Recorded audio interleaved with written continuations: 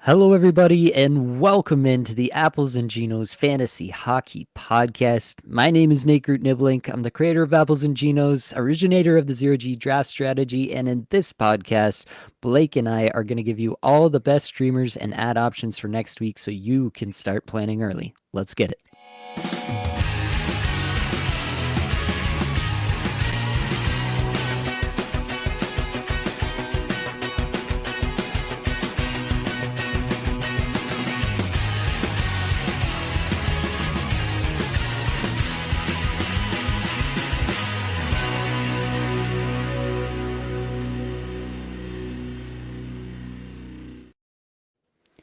And of course, I have your friend and my best friend, the man I command, an analyst who will ascend, Blake Kramer, here with me. Blake, how are we feeling tonight?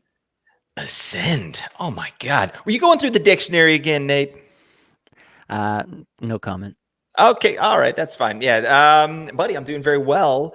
I missed you last week for sure. Yeah. It feels like it's been longer than a week. So it's always nice to have you here. I was telling you offline, but I do enjoy doing the waiver show by myself sometimes, but it's so much better with another person, damn it. So, and then if that person's you, oh my God, that's just icing on the cake. So, and you know what? Last week, it was probably the worst fantasy week that I've had this season. Like all my teams, just like epic collapses too. Like I was up and then, the games on the weekend, I lost, pretty much every match. So that really sucked. And now I'm having one of the best fantasy weeks I've ever had. I mean, it's only Friday. So yeah, I have Saturday, Sunday for a full collapse, but that Minnesota Vancouver game, I mean, I hate that the Canucks got pumped, but I got Boldy, I got Cap, I got Jeek. I'm going nuts. I got the zucchini man. So yeah, it's been a great start to the week. I'm loving it. But how are you doing, buddy? You feeling good?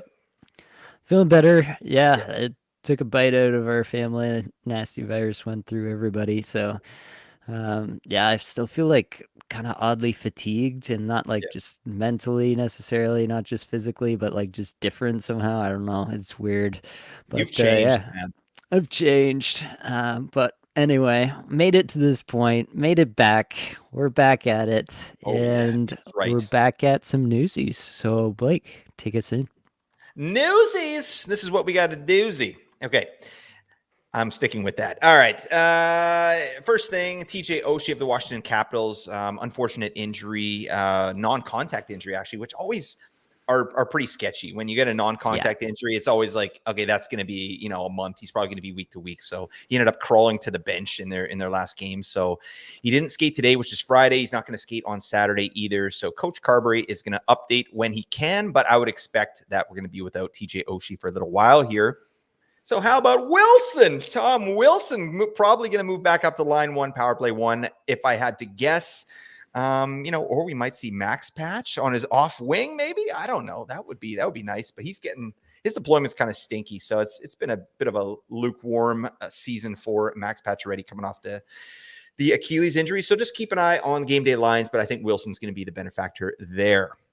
All right, we got to talk about Nikolaj Ehlers.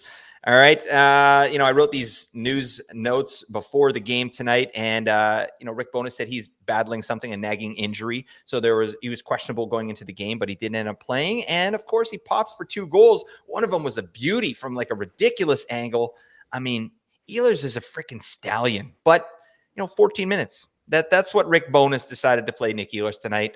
The man who pretty much single-handedly won him the game. So I don't know, but in my notes here, I've got, Nikolai Ehlers has a short fantasy leash for me, and then he popped for 2 goals. So I guess we ride with Ehlers a little bit longer. I mean, this guy's just a great player. I mean, imagine if Ehlers got the 20-minute a night treatment. What do you think we could expect from Ehlers if he got that, Nate?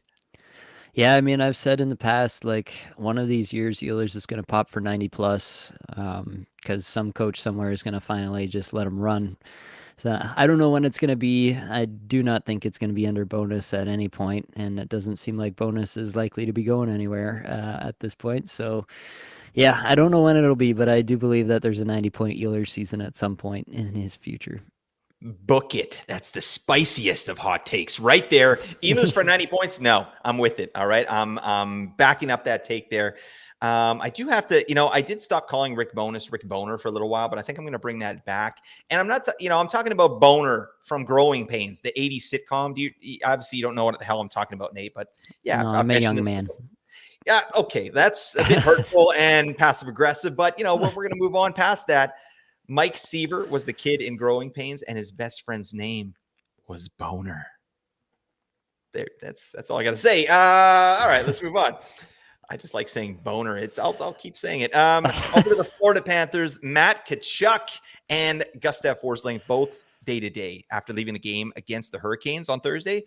So they didn't skate today. Updates are going to come probably when you'll be listening to this on Saturday. So we should get some updates here in the morning, but I would expect that we're probably going to be without Tkachuk for at least a week.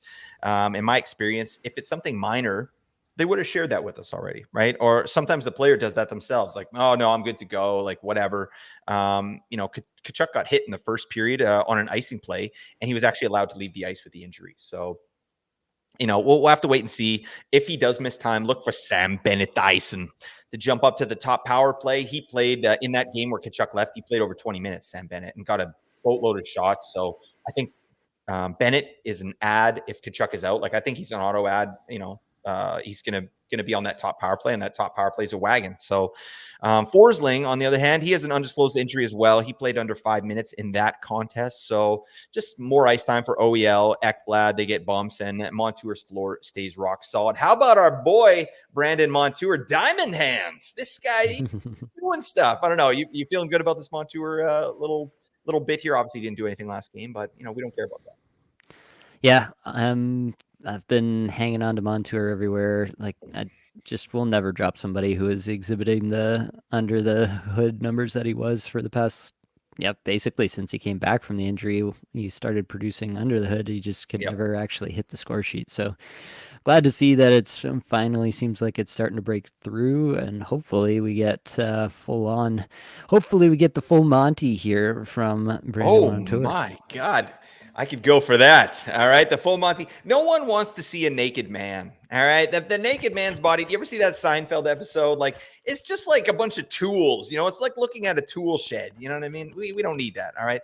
No full Monty, but, maybe like a loincloth or something. That's, are you with me on this, Nate? I don't know where No, I'm going it's with full that. Monty or bust.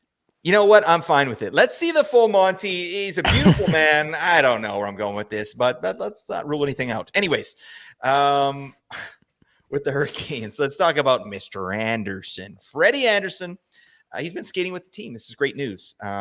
He could be nearing a return to the ice. What a great update right there. But he has been skating and practicing with the team. Obviously, he's dealing with a medical issue, that blood clot issue that he had. So I don't know. Just keep an eye on it. I think he could be a stash, but you and I have talked about this before. I don't think there's a real guarantee that he comes back into the lineup and just takes the number one job away from Pyotr Kochetkov, right? The guy's been playing great. Just had a 44 save shutout the other night. So it's going to be interesting. I think of those three, Ranta is going to be the one that's probably just kicked to the curb. They're not going to be caring about that too much. And I would wager that, it's kind of a 1A, 1B situation with Kochetkov as the 1A. I don't know. How do you see it, Nate? Yeah, that would be my best guess at this point. Obviously, you never truly know, especially with a guy like Rod Brindamore. It's impossible to divine his thoughts, but He's an yeah, enigma. yeah, that's what my best guess at this point would be is Kachekov 1A, Anderson comes back as a 1B. They don't try to overwork him or anything as he comes back from this. Maybe we'll get a full Monty from Freddie Anderson too. Oh, you know what? Just free the beast. Let's do that. Let's try and start a movement, a hashtag. It sounds awful. I'm No. already regretting this. Do not free the beast. All right. It's not the time. All right, let's move on. Let's talk about Jack Eichel. Not a ton of news here, but he is expected to travel with the team for their upcoming road trip. So I don't know. It doesn't mean he's going to play, but it's a good sign nonetheless, like that he's nearing a return. So I don't know. Keep your eyes on that. But good news for Jack Eichel owners. He was playing great before he got injured. So I would expect him to come back and, get the biz here. And there'll be plenty of ice time and offensive opportunity available because Mark Stone is week to week with an upper body injury. Surprise, everybody. Mark Stone is injured again. He's one of the only guys in the league where I will say he has an injury history. All right, this guy, I stay away from Mark Stone because he's literally like maybe the only guy. But this is not an injury to his back, so that's good news. But it's just another injury that he's week to week with. So that does suck for Vegas, but hopefully he can get back in time for the playoffs and take him to the Stanley Cup. Randomly again, while the Vancouver Canucks just toil away in mediocrity. Oh God, since 1970. Geez. All right, but anyways, Mark Stone injured. That's the point. Moving on over to the LA Kings. Victor Arvidsson. See you at the party, Victor. No, I won't see you at the party, Victor. I'll see you in the infirmary. All right. The Victor Arvidsson experience is over. He's out week to week with a lower body injury. That sucks. That really sucks. He was back for like 17 seconds in that one game or whatever, and then he took himself off the ice. So again, that's showing no good. So, but we know what the Kings look like without Arvidsson in the lineup, so it's nothing crazy fantasy wise. Although PLD has been playing pretty damn good lately, I got to say that. I mean, it doesn't really show on some of the metrics, but yeah, I've watched a couple Kings games in the last week here, and yeah, the commentators are talking about PLD, and he just looks good out there. So I don't know, that's terrible analysis, but it's what we call the eye test. Everybody, all right, Nate, you with me on this? I have been an avowed opponent of the eye tests, and I will continue to be so. Take my eyes. Just show me the statistics, everybody. You know what? If I had to choose, I'd choose statistics 100% of the time. All right. That's how we get the biz here at Apples and Ginos. All right. I'm getting a little long in the tooth over the Bruins. Hampus Lindholm is week to week for the Bruins in irrelevant news. So, yeah, if you're rostering Hampus Lindholm, sorry to hear that. All right. Joseph Wall. He's been sent to the Marlies in the AHL for a conditioning stint and actually won a start tonight 4-1. So that's really good news. And that's going to muddy the water for sure in Toronto. How do you see the goaltending situation playing out there in Leafland, Nate?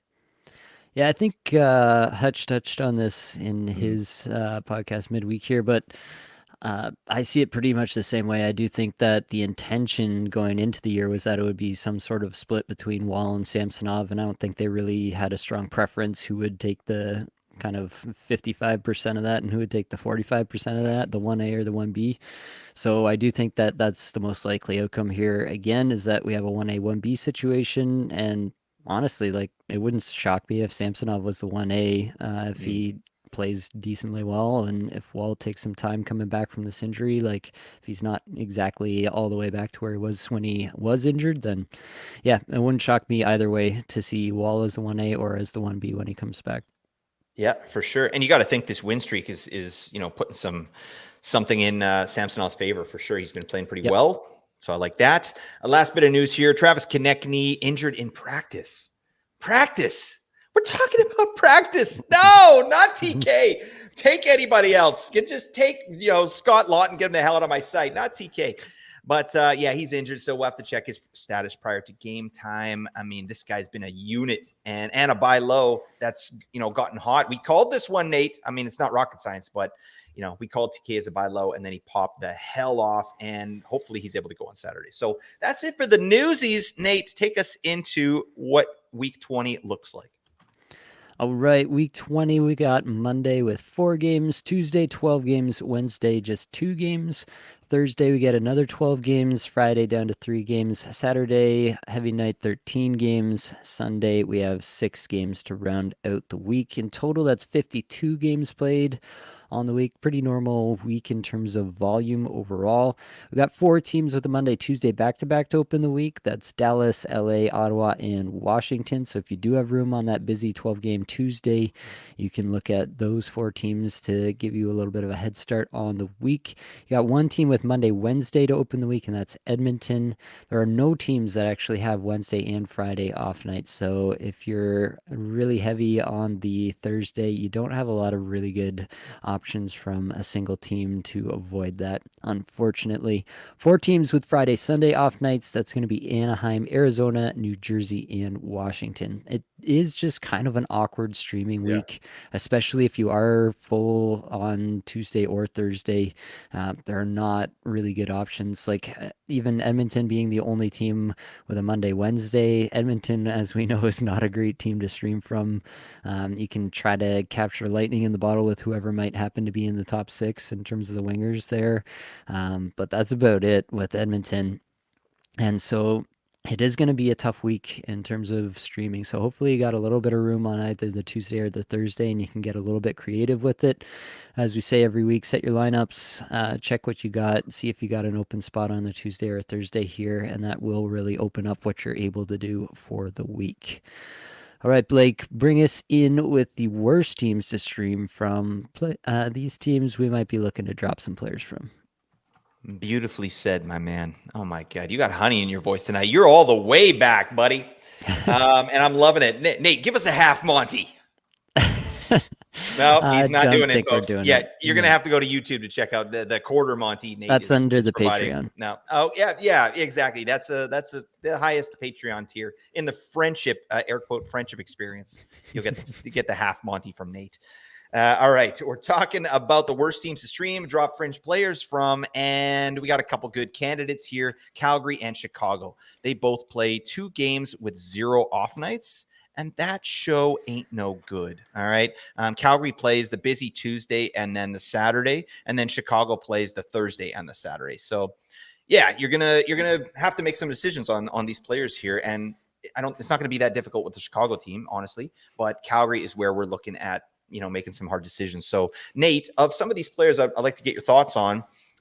First up, we got to talk about Rasmus Anderson. And I would what do you think about this player? Because he's not getting power play time currently. He's good peripherally, and we know that he has some offensive acumen. But what are you doing with Rasmus Anderson in a 2-game week? Yeah, it's pretty tough, honestly. Like he's still skating the lowest he's skated in like as far back as you can scroll in Mm-hmm. Yahoo. There was one game that he got below 20 minutes, 1958. Everything else is 21 plus. So he's still getting tons of ice time Yeah. despite the lack of power play time.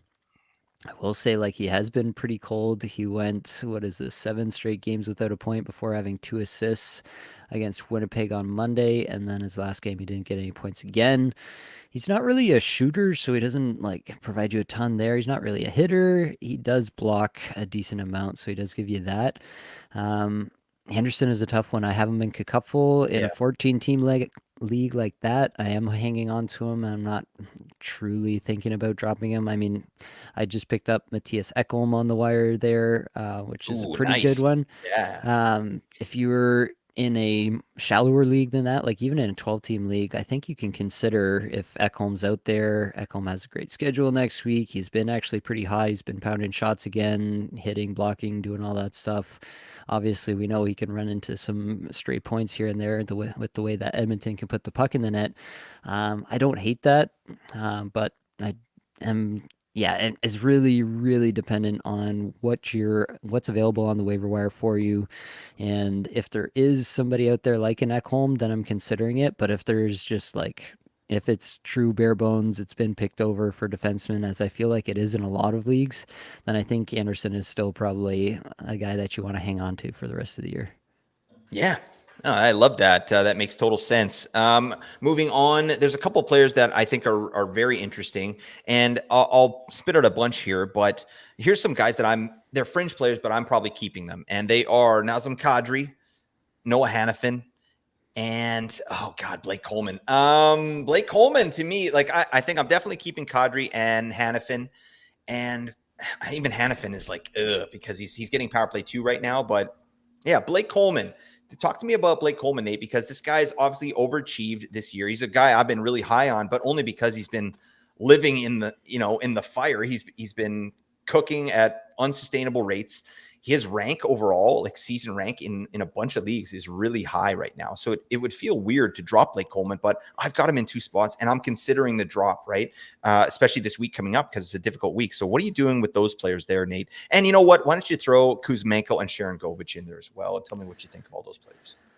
Yeah, the one that I am trying to hang on to is Kadri. Kadri's been a pretty consistent performer, honestly, after a short spell at the beginning of the season where he wasn't Mm-hmm. doing too hot. He's got 6 points his last 5, ninth in individual scoring chances, 4 per 60, ninth in on ice scoring chances, 4 per 60 through the last 5 games, skating over 19 minutes a night. I just think Kadri Love right it. now, you cannot drop him. So I'm hanging on to Kadri. Pretty much everybody else, I'm definitely strongly considering. Coleman's gone cold a little bit here, just one goal Yep. his last 5 games. Underlying metrics are not so hot in the 200s for shot per 60 and individual scoring chances for per 60. If he's not doing those things for you, then that becomes a little bit dicey. Coleman and Hannafin actually were both dropped in my kick-up-full division by a team that's scrapping to make the playoffs. They're just looking ahead and seeing that they actually tried to trade with me for those players before they dropped them, just to see if they could get something for them. But yeah, they're in that range. Like if that's you, like if you got to win next week to make the playoffs, if to have any chance of winning in the playoffs, then I do think that these are guys that you can drop, and I wouldn't feel badly about anybody not named Nazem Kadri. Bang. I love that, buddy. It's so much better when you're here. All right. We get so much just more coherent information. All right. I happily admit this. All right. So that's it for the Calgary guys. I mean, yeah, I think Kuzi and Sharon Govich, like exactly what you said, Nate. These guys are, if you're scrapping to get in, definite drops. Kuzi, to me, like we talked about this a little bit offline, but the guys, the same deployment issues are happening in Calgary that happened in Vancouver. So Yeah. now it's not like, oh, Talkett's, what, this guy's a dingus. No, it's like something's going on with the player. The player is not getting some element of the NHL game to the NHL coach's liking, right? Like he played like 10 minutes the other night. That show ain't no good. We can't hold Kuzi for that, even on power play one. So that's my 2 cents there. Beautiful head of hair. I don't know. But let's move on to the Chicago Blackhawks that actually pulled out a nice point tonight. Anyway, not that it matters to them in the standings, but the players we're looking at. Oh God, I mean Seth Jones. That's a real player. You know what I mean? I think Seth Jones is in that same vein as you're talking about Blake Coleman and Huberdeau and Hannafin. Like if you're scrapping to get into the playoffs, like bounce Seth Jones, sure. I mean, format depending too. Like if it's a bangers league, I don't know. You got to think a little harder on that. But he had a nice little game here tonight. Seth Jones, nice stretch pass for one of the goals, and yeah, he just looked good, and he's getting a ton of minutes. So to me, Seth Jones is a potential hold if you can. But I mean, Nick Foligno, Philip Kurashev, what the no? Get these guys out of my sight. And drop Connor Bedard while you're at it. I mean, no, don't drop Connor Bedard. All right, come on. I love Connor Bedard, how feisty he was the other night. Did you see that? He was kind of Yeah. getting into it. Like, he's such a beauty, man. I'm a big fan of that player, and I hope that they surround him with some talent so he can, reach his potential sooner. Because he'll reach his potential, I think. Just it could take a little while there at the Blackhawks. But what are you doing with these players, Jones in particular, Nate? Yeah, Jones is the interesting one for sure. I think everybody else, not named Connor Bedard, you're pretty content to move away from after this week's over. Jones is getting crazy minutes. Like Yeah, the lowest in the last little bit here is 26, 28. So love it. he's definitely getting minutes. He's throwing pucks on net. He's chucking pucks. We love to see that. A little bit of a soggy boy as of late. Hits, blocks. He's doing all that. So yeah, I mean, if it's a bangers Cats, you might find a reason to hang on to Seth Jones just for that. I do think that he probably even deserves a little bit better in terms of the points as of late. Should be getting some goals with the amount of shots that he's throwing out there. So I'm not trying to move off of Seth Jones. I understand it if you're Yeah. looking at your lineup and you're like, man, I have got to make moves. I got to make up games played. And there's somebody out there, like maybe it is Matthias Ekholm. I'm probably going to use that example a lot to compare players to, just given the schedules for next week. But yeah, if you absolutely have to have it for next week and Ekholm's out there and you're looking at him versus Seth Jones, I can understand that kind of move. But yeah, that's kind of the level of player I think it would take for me to move off Seth Jones even in a 2-game week. Yep, absolutely agree. All right, let's move on. Another team with kind of a garbage schedule are the New York Rangers. 2 games with only one off night. So the Rangers play on Wednesday, which is just a 2-game Wednesday. So I don't know if you have a Rangers player like one of these guys we'll talk about. Maybe you hold till the Wednesday game and then you punt them and maybe get on a Friday Sunday team or something like that. But yeah, it's not a great strategy to be honest. And the truth is there isn't that many players on the Rangers that all their main guys you're going to be holding, right? But some of the players we're looking at, Alexis Lafreniere, that's a player that you're going to have to make a decision on for sure. Capo Caco's been getting some increase in minutes and offensive deployment. And then Keandre Miller, if you're rostering him for some reason. I think they're all drops. That, to me, like I'm not holding them. Like I said, if you want to, maybe you hold for the Wednesday. Lafreniere, maybe for the Wednesday. But I think there are probably better options out there. I don't know. What are your thoughts, Nate? Yeah, I think that's a fair take. Lafreniere is obviously the guy closest to the line for me. Again, like on the season, Lafreniere is now sitting at 27th in individual scoring chances for per 60. Like he's had a really, really solid season, Yeah. and he's actually been quite consistent under the hood. The only thing really holding him back from being more impactful has been his lack of power play time, in my opinion. He's on pace for 50 points. With some power play time, you could be looking at a 65-point player, which would actually be pretty nice. So Lafreniere's a guy I've got in Kickupful, 14-team league. I'm probably going to end up holding him there, but in anything below that, I think you probably do have better options out there. I think unless Lafreniere is getting top power play, he's probably somebody who's just a fringe guy. So I'm happy to move off of him and anybody else below him. There you go. You got the seal of approval from Nate. All right. That's what we want. All right. And then there are 9 teams that have 3 games with 0 off nights. They are the Carolina Hurricanes, Colorado Avalanche, Detroit Red Wings, Florida Panthers, Montreal Canadiens, Nashville Predators, Tampa Bay Lightning, and the Toronto Maple Leafs in Vegas. All right. They all play on the Tuesday, Thursday, Saturday. So, yeah, you'll have to look at those teams and decide what you want to do with some of those players if you're holding fringe guys. Okay. But now we got to get to the best teams to stream, or as Nate fondly refers to it when he's lying in bed at night, the creamiest streams you've ever seen. Mm. Oh, God. I don't know if I like what Nate did there. That made me feel weird. But you know what? Let's roll with it. I'm actually kind of warming up to it, and now I feel good. All right. We got to talk about Edmonton and Washington. Those are your 2 prime streaming teams that we want to look at here.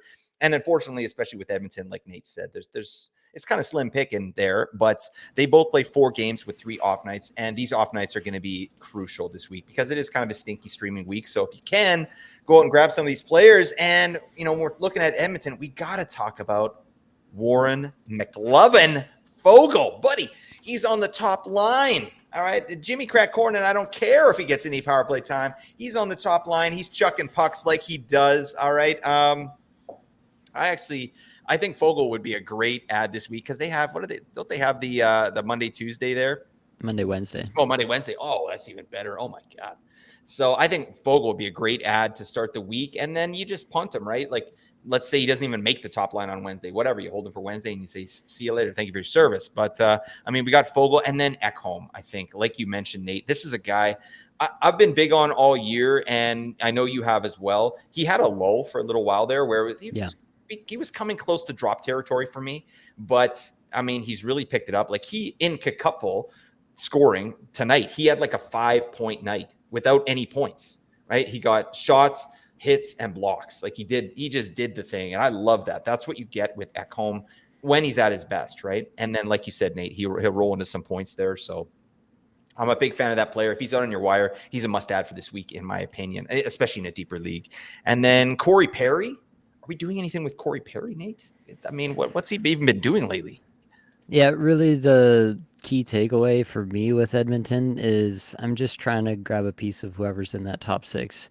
Right now it's Fogle. I'm probably trying to hang on and get an idea on Sunday if I can stomach waiting that long, if I don't have to make a decision until the last second on who I think is actually going to be in that top 6, because anybody outside the top 6 in Edmonton is probably not worth rostering, even for a Monday, Wednesday. So that's really the objective here. Like Perry's been there, Fogle's been there, and McLeod actually did get there in the Right. game before this one. So like they've tried everything multiple times. They've tried everything. So Fogle, I would say, is the odds-on favorite, but like that does not mean a lot to me. Everything could change by Monday. So that's the takeaway for me here. Ekholm is obviously safer, but probably not much of a fantasy ceiling there. But Fogle is probably the guy you're looking at the moment, but you're going to be biting your nails to see if he's actually going to stay in the top 6. It doesn't matter. He's that good, folks. Warren McLovin Fogle. Are you telling me that we shouldn't stream in that all-time sleeper Connor Brown? Is that what you're saying, Nate? I think he is the definition of a sleeping player on the Yeah. ice He this just year. fell asleep. Yeah, no, Yeah. he's literally a sleeper. Yeah, Yeah. he's taking a nap on the bench. Thank you, Connor Brown, for your service. I'm sorry, Connor. Yeah, he's a big fan of the show, as everybody knows. Buddy, we're just joking around. Don't worry. Have your people call my people. We'll get a lunch. We'll catch up. All right, let's move on. We got to talk about Washington. Definitely some more options here, especially with the Oshie injury. We're looking at Wilson. Obviously, Tom Wilson, I think, should be good to go for this week. It doesn't mean he's going to produce, right? This guy's been in a funk for a long time. Started out the season red hot and then just fell off the rails. He's really been doing nothing, even his hits and things like Pims. He's not doing that. Like he's softening up. I don't know. He's becoming a nice guy or something like that with a beautiful head of hair and a granite chin. But Wilson, buddy, can we get 20, 25 goal Tom Wilson, please? 50-point Tom Wilson. That's kind of what we need. But I think, yeah, this is a step in the right direction. You got Wilson and then Dylan Strome. Yeah, this is a guy who, if he's out there, I think you got to be getting Dylan Strome for this week. It makes absolute sense. Power play one, and he's been cooking lately too. So talk to me about Wilson and Strome, Nate, and what your thoughts are on those two players. Yeah, Wilson is in a massive cold streak right now, 13 straight without a goal. So that part is a little bit worrying. And he's really kind of fallen off in the underlying metrics from earlier in the season where he was hot. That hasn't come back. But yeah, as you mentioned, probably looking at some Ovechkin exposure at both even strength and on the power play now if Oshie's going to be out for any period of time. Right. So I would be interested in a Wilson pickup just kind of almost by default because of the schedules this week and how it works out and the fact that Edmonton has just nobody. Strome would definitely be the guy if Strome is available and you can use him. Obviously, Strome is C only, so if that matters to you, then maybe you have to look at Wilson. But Strome is definitely the guy if you are able to fit him in. 1 goal, 7 points his last 5, averaging over 19 minutes a night. Even the underlying metrics are looking actually not that bad for Strome. Usually he's a guy who doesn't shoot a lot, but he's pretty efficient on the season now, pacing for 31 goals, 61 points.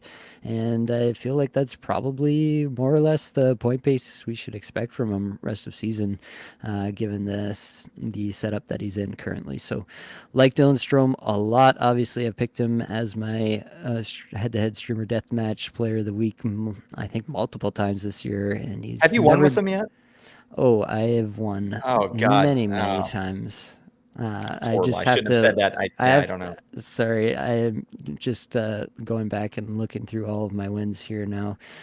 Just trying to find that single one where I won with Dylan Strome. Yeah, I won with Dylan Strome a couple weeks ago. Actually, it was not even that long ago. I have a terrible memory, but now I hate Dylan Strome. So there you go. That's where I'm at with that. So yeah, Dylan Strome's a guy. Max Pacioretty, they're like not even using Max Pacioretty. I would normally be a little bit interested in him, but he's under 13 minutes a night in the last 5 Yeah. games. That's not any good. Like I saw somewhere that like they might consider trading him. If you're gonna trade him, like at least showcase him a little bit, right? Like Yeah. I have no idea what they're doing with Max Pacioretty. Theoretically, if Pacioretty got a bump in deployment, then I'd be interested. I threw Connor McMichael in there too because he's got 5 goals his last 5 games here, averaging just over 15 minutes a night. Underlying metrics not so bad. 98th in shots per 60, 84th in individual scoring chances, 4 per 60. That's okay. Connor McMichael was a pretty heralded prospect at one point. He's had like I would say stretches of a week or 2 weeks where the underlying metrics creep up for a bit and then it always seems to go away and he never seems to get extended looks in the top 6. Now obviously with Washington's situation this year and Kuznetsov being Kuznetsov, he's gotten a little bit more of a look this year, and so I'm not like opposed to a McMichael stream in the deepest of leagues, like in 14 plus team leagues. So that's my take there. Yeah, absolutely could be an option. Yeah, I totally echo your sentiments on Pacioretty too. Like, what are we doing here? I don't understand picking up a goal scorer like this and giving him 10 minutes a night, 12 minutes a night. It doesn't make sense. But I mean, obviously we knew going into the season, like he's left wing, Ovechkin's left wing. So there's going to be some issues with him even getting out in his spots, right? But that said, I mean, get him out on the ice. What the hell are we doing? Let's move on to the next couple teams here. There are 3 teams that play 4 games with 2 off nights, and they are the Arizona Coyotes. Yay! LA Kings and the Ottawa Senators. We got to talk about the Coyotes again, all right? And this should be quick because we just had a 4 off night week with the Coyotes. I think we know what to expect with these players. But again, we're looking at Lawson Krause, Nikki Schmaltz, all right, Dylan Genther, Matthias Michelli, and Barrett Hayton. What say you, Nate? Who are we targeting here and why? Yeah, I mean, it's hard to get excited about anything coming out of Arizona Mm, right now. Um, the team's a mess. The ownership group is a mess. Everything is just very, very messy there currently. Um, right now, I'm never going to give up entirely on Nick Schmaltz. 66th in individual scoring chances for per 60 the last 5 games, still averaging close to nice. 18 minutes a night. So that still plays. Probably a deeper league that you're looking at that, but I still think he's an option. Lawson Krause, 39th in shots per 60 last 5 games. That's a good number. So Lawson Krause is probably the top guy at the moment. But I still believe Nick Schmaltz has it somewhere within him to have a good week one of these weeks. Currently, though, he's not even on the line with Keller, which is super Mhm. concerning. Right now, it's Yep. Genther and Cooley with Keller. And yeah, that's not a good look for any of these guys. I'm still not really into Genther and Cooley, even though Genther Yep. is playing with Keller at even strength and on the top power play. Um, Genther's numbers are not great. I think he may run into some points. He could look that way, but I would still prefer Krause or Schmaltz personally. Hayton, I have some hope for to come back at some point, but it's been a slow burn thus far, and it may continue to be so. Yeah, it's not exciting by any means. I feel like Arizona is treading into Seattle Kraken territory, right, with their deployment. It's like they're all just eating each other's minutes and value in fantasy, right? Like they're all playing 15 to 17 minutes. Yay, like there's nothing really to get excited about. But yeah, I agree with you. Lawson Krause, Nick Schmaltz, those are probably your ads. Dylan Genther, I had, like I was telling you, Nate, I had him for like a week there for that schedule. And yeah, he got a couple goals. He's out there on the power play. He was out there on a power play in one of their games in the last minute. So I don't know. You could do worse, but it just doesn't feel good. It's like, oh God, I didn't get A, B, C, or D player. Okay, I'll go with E player, Dylan Yeah, Genther. So yeah. that's where I'm at with all these Coyote players. So that showing no good, but anyways, those are your options there. Let's move over to a team that has some better options, the LA Kings. All right, and we're looking at Quentin Byfield. What a beauty! Did you see this man's goal the other night? This could be the goal Pretty of the hard to year. miss. Jeez. He kicked it up to his stick. He lifted a stick, kicked it up at the same time. Oh my God. Yeah, you got me on this player like halfway through the season, and I'm still on the train. This guy's awesome. And yeah, I mean, if he's out there, you got to roster him for this week. 4 games, 2 off nights in a stinky week. Like get Byfield on your team. What the hell's going on? These just dummy leagues or something? Like, no, he needs to be on a roster at this point with this team. So yeah, PLD still Byfield still power play 1 as well, which is what keeps his floor up. If he was off power play 1, yeah, I wouldn't be as hyped on Byfield, but he's got that role. He's line 1 as well, and the Kings they're turning it around a little bit. So I really like Byfield there. And I did mention earlier about PLD. He's been playing a lot better. The eye test, Nate's go-to metric there. We should throw that into the Excel sheet here. Eye test. I don't know. Do your magic, Nate. Like just do some formulas, plug it in. We need something there. Maybe we get Mark Barber in on this as well. Just tandem it. Let's create just a monster. I don't know. But PLD's looked good. He's starting to hit. He looks a hell of a lot more engaged. You also got Matt Roy. You got Philip Deneau. Yeah, take your pick. There's some good options there on LA. Who are you targeting there, Nate, on LA?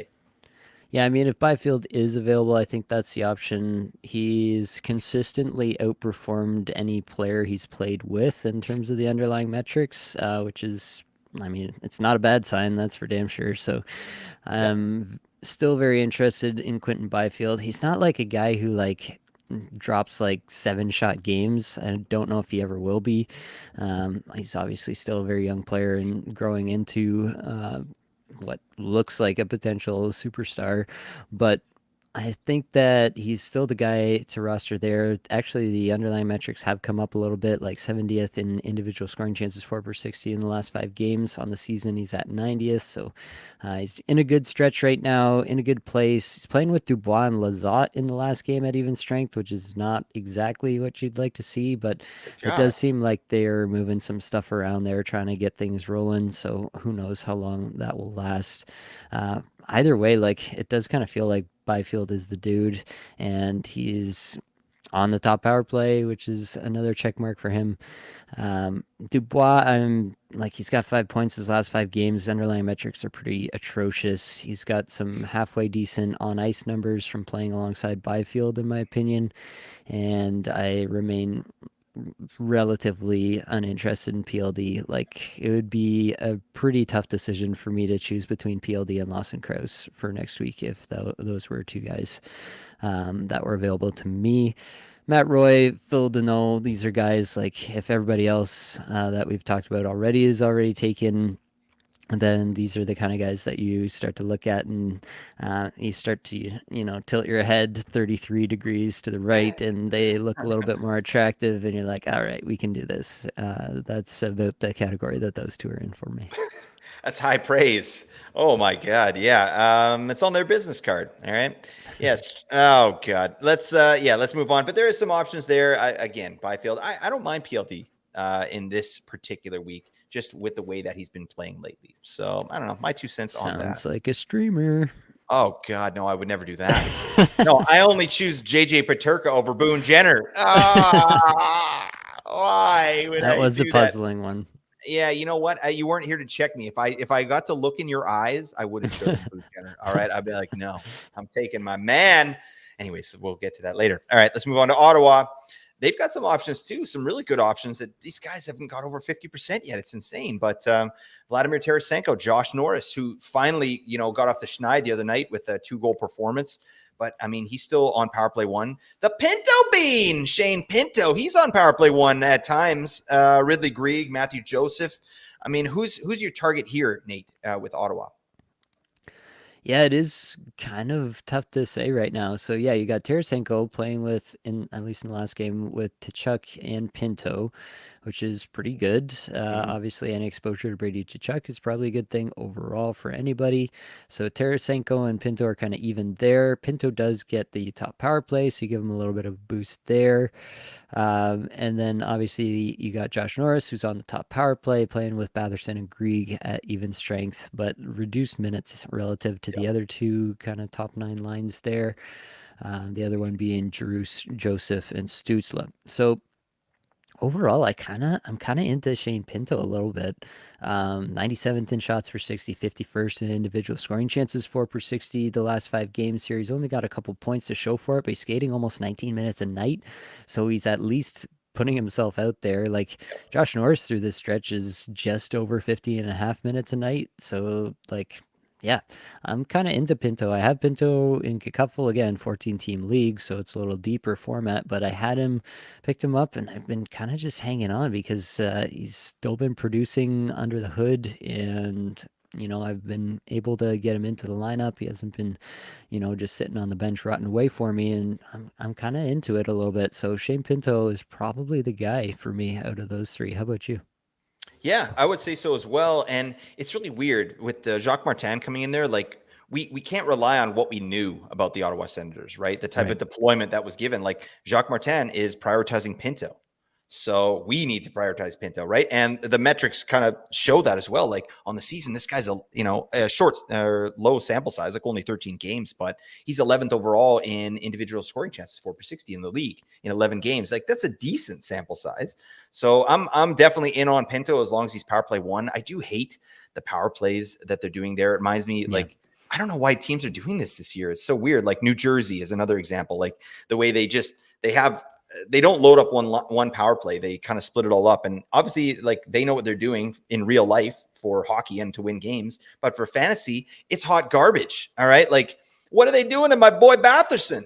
Get this guy, give him some minutes. Actually, Batherson's been looking really good lately, but he's not getting any minutes. It's pissing me off. So yeah, anyways, I'm digressing on that. But yeah, I think Pinto is a great option. I like Norris as well. Although, yeah, like I said, before this two-goal game, he was doing nothing out there. So Pinto's got the metrics and he's got the deployment. So I think that's who we ride with. All right, let's move on. We got a couple other teams. We are going to get to the best players to stream and all that business. Next, a couple teams here. Anaheim Ducks and the New Jersey Devils both play 3 games with 2 off nights. So again, we're targeting those 2 off nights because it's a really garbage week here, and these off nights are going to be at a premium. And Anaheim, bang. We got a lot of good options here, starting with Troy Terry, who's found his game, his legs. I love to see it. But Anaheim is doing this stupid power play thing too. They got Troy Terry on, air quote, the power play 2, or, they got him out there with Mintyukov, where Cam Fowler's out there with Adam Henrique and a bunch of others. Just strange stuff, right? Frank the Tank Vetrano. But anyways, Terry's still doing the thing. He looks great. Mason McTavish has been flying as of late. And we gotta recognize Cam Fowler as well, that late night beauty. He's at the bar. He's just waiting for you to go up. Hey, buddy, you want to be on my team? Yeah, he does. All right, let's go, Cam. So talk to me about some of these Anaheim players. I mean, there's a ton of them, right? We're talking Adam Henrique, Alex Killorn, Ryan Strome, Leo Carlson. What are we doing with these guys this week, Nate? Yeah, obviously I'm going to be into Terry. Obviously I'm going to be into McTavish. Fowler, you can roster pretty much any week. The rest of them are pretty dicey, in my opinion. Like, it's Yeah. a little bit of a 50-50 chance what you're going to get with any of those guys. The underlying metrics really across the board do not look that great. Troy Terry's obviously got the best there as well, but yeah, once you get outside of Terry and McTavish, it really starts to get dicey, in my opinion. I'm not excited about anybody outside of that. Yeah, I mean, I'm looking at the metrics here. It's only 3 games with Killorn. Maybe that's why. But yeah, individual scoring chances for 67th in the league, 2 points in 3 games. I mean, decent deployment too. So Killorn is someone I might throw in there as well. But yeah, I mean, you're looking at Terry, you're looking at McTavish, and then you're looking at another team. All right, that's what's going on. But Mintyukov is out there as well. I like the player, but he's not getting the deployment. It stinks. So if you're gonna go with the D-man, I mean, offensive upside obviously is Minty, but Cam Fowler's Old Faithful. All right, so that's how we're doing that. I don't know. New Jersey Devils. Let's talk about them. So we're looking at Dawson Mercer. I don't want to wait. Dawson's Creek. Terrible show. All right, let's agree on that. But Dawson Mercer, he's okay. All right, he could have a nice NHL career. He's probably out there. Eric Holla, who has access to Jack Hughes on his line there, which is a nice little piece. Simone Nemec and Andre Palat. How are you prioritizing these players, Nate? It's interesting. Dawson Mercer got on the top power play with Hughes, Heischer, Toffoli in the last game here. Nice. So that's obviously driving things up a little bit in his favor, but he's not been getting really any minutes outside of that, playing with Meyer and Curtis Lazar at even strength. I think I'm still preferring Eric Holla just for the even strength exposure to Jack Hughes at the moment. But it is tight, I will say, between the two. Like, that top power play is somewhere you want to be. So that does give you some lean for Mercer, but overall, if I'm splitting hairs between the two, I think I'm still going with Holla. Yep, I'm with you there. And then, I don't know, Nemec. I'm just, this guy's going to be a great player. I don't question that. But I'm just not excited about him this season for fantasy. I don't see the production. He's like a lesser Luke Hughes, and Luke Hughes is pissing me off.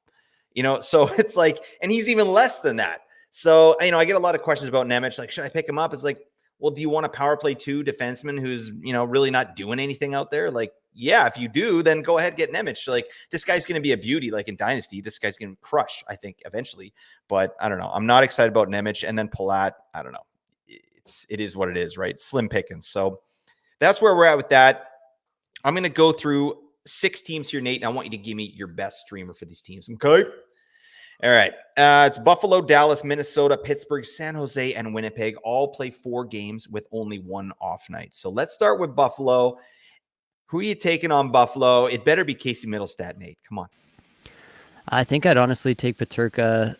Middlestad is going through one of his real down slumps. He's not getting top power play. Peterka at least is going to give you a lot of shots. Like, I know you're not happy with them for the streamer results this week, but he's still firing pucks. He's still doing all that. Just hasn't found the way into the net. Maybe he does that a little bit more next week, and it turns out to be a good week for you. Yep, absolutely. Love Peterka. That's the right answer, Nate. All right. Casey Middlestat, thank you for your service, but we're going with JJ. All right. Shout out to, oh, God, Coco Melon. That's what I was going to, oh, God, don't shout out Coco Melon. That's a horrible show. Why do kids watch this crap? And what the hell is Blippi? Seriously, like, I have watched so much Blippi. That man's deranged. Like, yeah, do you guys watch Blippi over your house there, Nate? Blippi is not one we've braved yet. God. There's no need for it. All right. Just get it out of just no, it doesn't exist. All right. It's horrible. Soul crushing. Let's move on. Let's talk about the Dallas Stars. Who are you taking, Nate? Who's your stud? Because we got some options there. I mean, Mason Marchment, Johnston, Sagan. Who's your Huckleberry on Dallas? Yeah, it's interesting. Like Marchment and Sagan are both above 50% rostered on Yahoo now. So really, if you're kind of adhering to that line in the sand, then it has to be Wyatt Johnston. I'll happily take Wyatt Johnston, though. I think this is a player Yeah. that remains underrated somehow. Your 2024-2025 Dallas Stars team leader in points, Wyatt Johnston. I'd be happy to have him on my team. Bang. What a take. What an unbelievable take. We got to clip that and save that, all right? And send it to Wyatt Johnston's people so we can get him to shout out the pod, all right? Can we get him on Cameo? I think, you know what? I'm going to look into that, all right? I haven't had any luck on Cameo. I think it's just a fake website in particular. I don't even know if anyone's getting anything. Anywho, Wyatt Johnston, amazing last 5 games, 6 points in 5 games. He's first overall in individual scoring chances 4/60 over that time. Wyatt Johnston. All right. We're not crazy over here, folks. All right. This man can do stuff. Okay. Let's move to the next team. Minnesota, that ridiculous wagon that they are. I mean, we know who the studs are, but who are the supplementary pieces here? Who are you taking on Minnesota? It's not great, to be honest, outside of the Stars there in Minnesota. Really, you're looking at, your Marco Rossi, who's had a really nice rookie season so far. Mhm. Ryan Hartman is playing with Zuccarello on the second line, along with Marcus Johansson. Jonas Brodin has had a nice little stretch here for fantasy purposes. Obviously, he's Absolutely. going to play a ton of minutes, but it's not even playing on the second power play unit at the moment. Really, I think the correct answer, just given the deployment, has got to be Ryan Hartman. I'm not excited about it, but Yeah. that's if you absolutely have to have somebody from Minnesota, Hartman's the answer for me. Yeah, I'm into it, man. I know he's not an exciting fantasy option, but he's a consistent one. I've had Hartman in a bunch of spots, and I've ended up holding for a lot of spots because he's just doing enough. So yeah, and he got an assist tonight randomly, so he does that. I like Hartman there, so that'd probably be my choice. All right, over to Pittsburgh. What do you think? Who's our Huckleberry on Pittsburgh? Because we got some interesting options here that are all going to be viable. Yeah, Raquel is still widely available, which is pretty shocking in my Mhm. opinion. He's still out there. What is it? He's still only 28% rostered in Yahoo, which is mind-boggling to me. Been playing on the top line and top power play and doing some things with it. He's got a few assists across his last 5 games. He's got 3 assists. He's had a 5-shot game. He's had a 5-hit game. He's doing some things. Oh my. So I'm into it with Raquel. Definitely like over Riley Smith, over Lars Eller, over anybody else you can really think of. Brian Rusk kind of clears the level of a streamer at this point, I think. Otherwise, I guess I would take Rust over Raquel if he is out there. But Raquel, I'm pretty happy with if he's out there for you to be picking up. You got to go for it. He's on a strange erotic journey from Milan to Minsk. Raquel, you got to pick him up. What are you doing? Oh, power play 1. This guy's a legend. I love, and he hits people. He's a beefer. He's mad. All right. San Jose Sharks. Wow, God. Does anyone go, you know what? I got to get a San Jose Shark this week. And if so, who would they pick, Nate? I guess you'd have to pick Mikhail Granlund. Definitely going to have the most steady ice time of anybody there. Going to be on the ice in the situations in which normal NHL teams would score points and score goals. Mhm. So I guess it's Mikhail Granlund, but that is absolutely scraping the bottom of the barrel. Dear God. And I do got a shout out, as I like to do, Mark Barber at 18 Skaters on Twitter/X. This guy says we should take a look at William Eklund. All right. Just keep an eye on him, right? This is the same guy that called Slavkovsky's breakout. Although, I don't know. I haven't heard anything from Mark Barber lately since Slavkovsky's been, just sticking it to us with a bunch of zeros, buddy. No. But I am low-key interested in William Eklund as well. Just watching him to see what he does. So check that out. Oh, okay. Last team, Winnipeg. Who are you picking here? Because I think I know the answer. I think there's one right answer, and we got to do it. But what are you doing, Nate? Yeah, it's got to be Gabriel Velarde. Ehlers is still rostered in more than half of leagues, so He doesn't quite count for this. Yeah, Velarde's come back. He was very cold for a while. He's come back with a vengeance. Yeah. 4 shots, 4 shots, 4 shots, 3 shots, and a whole bunch of points. He's got 4 goals and 4 assists in his last 4 games. So, yeah, I think Gabe Velarde doing the thing again, and I'd be happy to roster him. We're going to the Velarde party, everybody. Also, shout out to Sean Monahan, 5 goals in 5 games. Sell high, everybody. For love of Pete, this man's not going to do that. All right, Nate, tell us the best players to stream. Oh my God, we're getting long in the tooth. Let's get right into it. The number one player has to be Dylan Strome for my money. Um, Realistically, I think he's the only player from that 4 games played, 3 off nights group, Edmonton, Washington, that you're actually legitimately excited about picking up. And then beyond that, you're like, oh, this is getting tough. So actually, beyond Strom, I went down to the 2 off night teams, and I grabbed myself some Troy Terry, who's been on an absolute bender as of late. And then I went to Quentin Byfield, went to Mason McTavish, went to Shane Pinto, went to Josh Norris, Vlad Tarasenko, Eric Holla, and then finally got all the way back around to Tom Wilson. So you can see how little excitement I have for these teams, these Edmonton, Washington teams beyond Dylan Strome.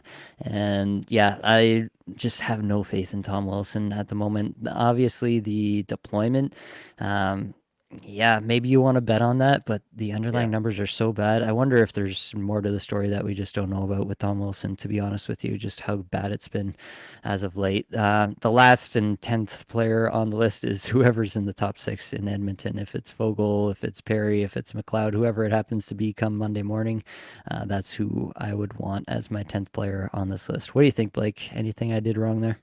No, but you're absolutely right. And just, yeah, it's not exciting, is it? Like, it's not amazing streamers. And yeah, Wilson, just because he's getting more deployment now, it doesn't mean that we're going to see production. So yeah, I agree with you. I think there's something with that, but you got to put Fogle before Wilson. But no, you didn't even put the man's name on the list, Nate. I mean, geez, that's hurtful.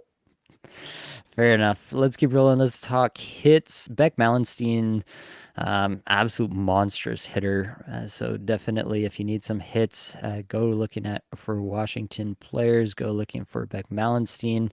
Tom Wilson does that too. So yeah, definitely, if it's bangers cats, then Tom Wilson has a little bit more attractiveness to you for sure.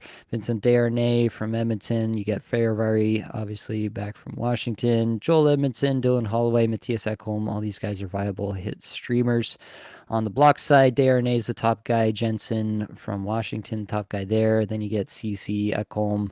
Mallenstein actually does a little bit of blocking as well, as does Tom Wilson. So those are kind of well-rounded banger cat streamers that you could be looking at. What do you think about these two lists, Blake? Love it. Yeah, this is a little off topic, but I picked up Jeremy Lazon for just kind of the back half of the week here. The guy popped for a goal and an assist the other night. Nice. Unbelievable, buddy, in couple. So yeah, I was super stoked on that. A shout out to Jeremy Lozon. This guy is just an epic hitter this year. I love it.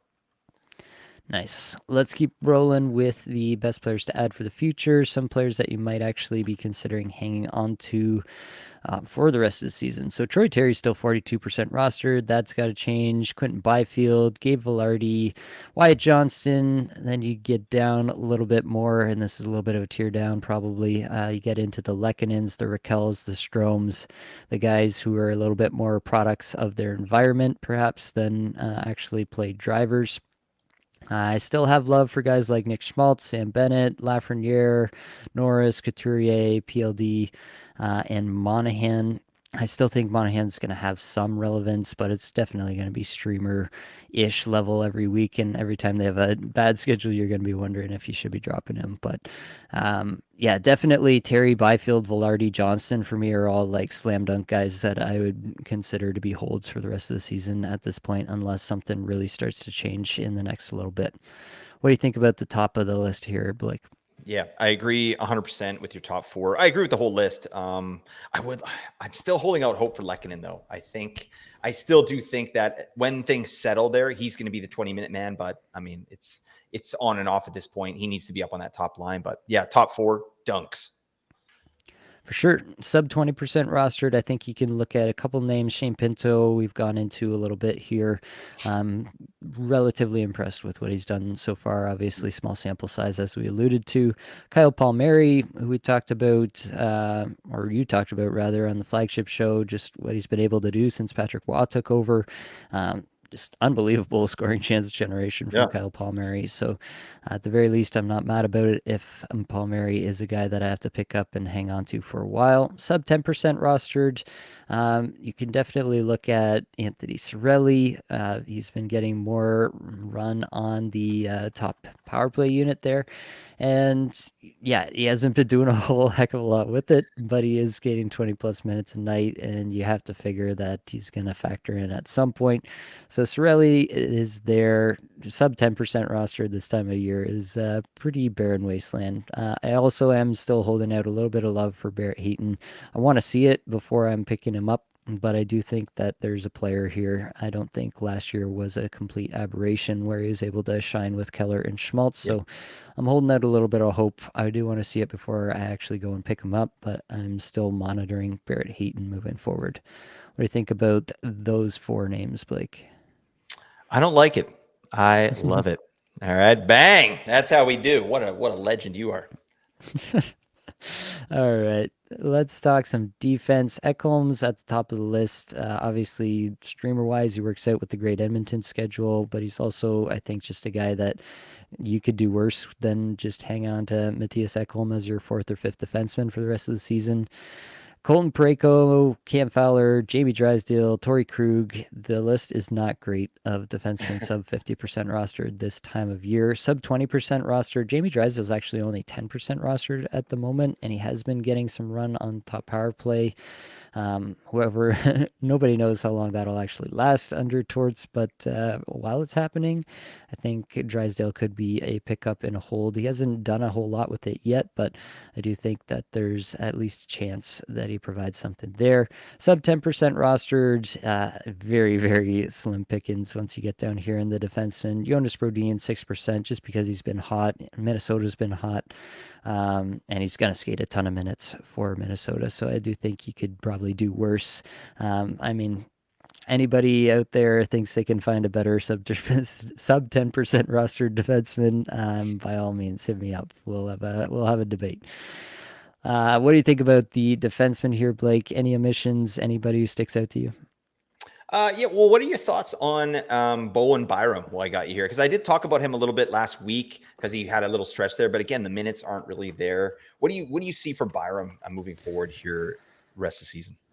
Yeah, my problem is that the minutes are not there, and the underlying Mhm. metrics have really not gotten to a point where I'm like, oh, I gotta actually take Yeah. sit up and take notice of this. It looks like just kind of a like earlier in the year he was not doing too great, but he was also just wildly unlucky. Now he's getting lucky, but he's still not honestly playing that great in my opinion. So overall, I'm just kind of, for whatever reason, Bowen Byram this year is not the player he was last year, and we just have to kind of accept that reality until he shows us something different, in my opinion. Okay, let's roll into the last part. Let's talk about goalies. Samuel Ersson still under 50% rostered, so he's going to top the list here. Charlie Lindgren got back-to-back starts for Yeah. Washington, which I think is actually pretty noteworthy because he hadn't even played all that well necessarily leading up to it, and they kind of just gave it to him and said, "No, you're like actually the guy." So I actually do think that Charlie Lindgren is the 1A until further notice there in Washington. He's still going to split some time with Darcy Kemper, but I think that's how they view Charlie Lindgren at this point in Mhm. time. So that's newsworthy for me, and especially with a 4 game week next week with Washington, you can feel pretty good that Lindgren's going to give you a couple games next week. Sam Montembeault in Montreal, obviously, there's been talk about Montreal moving a goaltender. What are they going to do exactly? Montembeault's just going to, I think, get some starts. There's not a lot of options in this range. Like, are you really looking at Elvis Merzlikins? That's a tough ask at this point with how Columbus has looked. So it's Montembeault, it's Merzlikins, it's guys of this vein. Once you get beyond Urson and Lindgren, and then sub 20 for 25% rostered, I went all the way down to Anton Forsberg, which is a bit of a deep cut, but his last three starts have actually all been pretty spectacular if you go back and look. And so I'm a little bit into it. Corpusalo is definitely not like absolutely run away with the job in the last little bit. And yeah, Forsberg made a start. Corpusalo made two, then Forsberg made a start. Corpusalo made one, and then they went back to Forsberg again. So it does seem like he's at least played himself into every other start situation at the time. At this point, so maybe moving forward he gets even more than that. So I'm a little bit interested in Anton Forsberg. I'm not expecting too much, but have a little bit of interest there. What are your thoughts on the goalies, Blake? Lowered expectations. Oh God, Nate. What actually? I've been wanting to ask you. I haven't even thought of this till right now. What about Peter Mrazek? Where are you at with him? Because his name's been kind of tossed around just as a fantasy piece, right? Like obviously we know what team he plays for, and that's garbage. But he's had a low key decent season. I think Mrazek has some interest. In my opinion, if you're going to pick up Mrazek, you're looking ahead at the next few games for the Blackhawks, and if they're running through all the big scoring teams, like if they're going to go play Florida, Toronto, Yeah. Tampa Bay, something like that in the next week, then that's probably not the time I want to be picking up Peter Mrazek because he is going to get lit up by some teams like that from time to time. But I mean, he is going to get a lot of shots. He's got a 909 save percentage on the year. I'm not opposed to picking up Mrazek, but I'm kind of viewing him a little bit more as like a week long stream kind of player rather than one that I'm just comfortable, actually picking up and thinking that Right. Yeah. maybe I've Like a got rest of the something season here. kind of guy. Yeah, that Yeah. makes sense. Yeah. All right, let's talk about everybody's favorite subject, the head-to-head streamer deathmatch. And the season record is 9-8 for Blake, but not to worry. I've got Boone Jenner, so all is right in the world. After 3 games for both my Boone Jenner and your JJ Paterka, Boone Jenner is leading 21 points to 9.5 points. They both have one more game to Ah. go. I'm hopeful at this point. That's all I will say. I will not try to um, yeah, I'll try not to jinx myself too badly here, but Boone Jenner, like, what were you doing, Blake? What was actually going through your mind? I don't know, man. I do this sometimes. It's like I got the yips or something. I just like I forget what I'm doing. This makes no sense. I try to get cute with it. Now, all right, this show ain't no good. You have an option to choose Boone Jenner. You choose Boone Jenner 10 out of 10 times. Shame on me. All right, congratulations to you. All right, so for this week, it is my turn to pick first. I am going to pick Dylan Strome, as I've been alluding to kind of all the way through. He's my guy. He's won this for me before. I have every confidence that he will do so again. Blake, who is your champion that you will be submitting to lose to Dylan Strome this week? Oh my God. All right. Well, you're actually insulting yourself here, Nate, because I'm taking the man that you said is going to be the 2024-25 leader for the Dallas Stars, Wyatt Johnston. All right. Points Ooh. leader, Wyatt Johnston. I'm riding with this, young buck, this young blood. He's going to pop off this week. I can feel it. All right. I do like that pick. If there's anybody who could get hot for a week and absolutely go off, I do think Wyatt Johnston is of that caliber. So I don't mind that whatsoever. Thank you. Thank you All for your right. validation. Appreciate that. Yeah. No problem, Benny. Anytime. Nice.